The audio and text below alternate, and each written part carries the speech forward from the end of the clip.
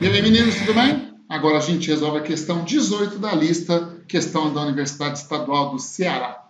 Considere uma mistura dos gases nitrogênio, oxigênio e dióxido de carbono. Conhecem-se as pressões parciais do nitrogênio, que é 0,40 atmosferas, e do oxigênio, que é 0,20 atmosferas. E a pressão total da mistura, que é 0,80 atm. Quando a massa de nitrogênio for 7 gramas, a massa do oxigênio será de quanto? Tudo bem? Então vamos lá, vamos resolver essa questão aí. O que ele fala para a gente é o seguinte, ó.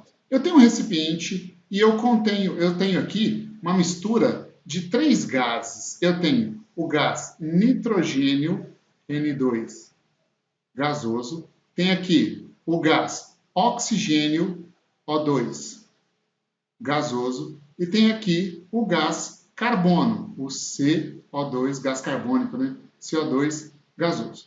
Ele fala também o seguinte, que a pressão parcial do nitrogênio é 0,40 atm. Então, a pressão parcial só do nitrogênio vale 0,40 atmosferas. Né? A pressão parcial do gás oxigênio, O2, vale 0,20 atmosferas. A pressão parcial do gás carbônico, ele não deu, nem precisa para falar a verdade, mas ele fala que a pressão total do sistema, ó, a pressão total da mistura vale 0,80 atmosferas, ok? Outra informação que ele falou foi o seguinte, a massa do nitrogênio é 7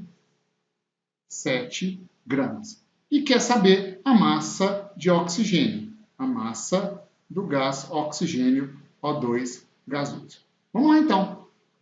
Primeira coisa que eu preciso saber é o seguinte, se a massa de nitrogênio corresponde a 7 gramas, transforma isso em mols. Quanto dá isso em mols? É só você dividir pela massa molar. Nitrogênio tem peso atômico 14, vezes 2 dá 28 gramas por mol. Então, dividindo aqui por 28 gramas por mol, aqui, ó, de cara você já simplifica gramas com gramas, ok? Simplificando gramas com gramas, a gente vai chegar num número de mols de gás nitrogênio, que equivale a quanto? 7 dividido por 28 é 1/4. 1/4 corresponde a 0,25 mols de gás nitrogênio. Tudo bem?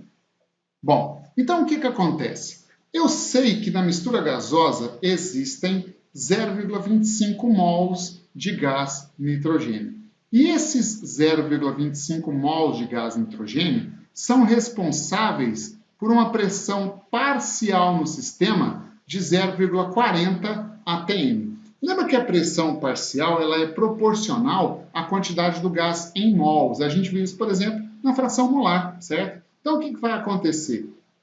Eu posso afirmar o seguinte, se a pressão do nitrogênio é 0,40 atm e eu tenho 0,25 mols de nitrogênio no sistema, sabendo que a pressão do O2 é metade da pressão do nitrogênio, eu posso garantir que o número de mols de O2 vai ser metade do número de mols de gás nitrogênio. Se eu tenho 0,25 mols de N2, dividindo isso por 2, eu tenho o número de mols de gás oxigênio no sistema e metade de 0,25 é 0,125 mols, certo? Isso a gente pode afirmar. Existem outras formas de determinar esse valor, mas esse foi o caminho que eu escolhi para resolver a questão.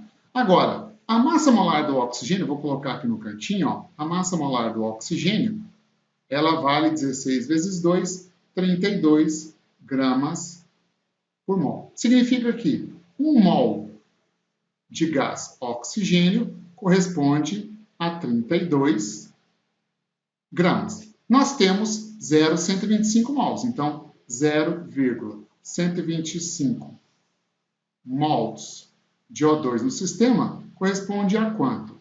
a X gramas. Quando você calcular o X, você já determina a massa de oxigênio no sistema. Essa massa vai dar 0,25 vezes 32, isso vai dar 4 gramas de O2 gasoso. E 4 gramas de O2 gasoso está na resposta da letra B dessa questão. Certinho? Então, resolvida a questão número 18 da Universidade Estadual do Ceará. Aguardo você para a próxima questão. Abraço!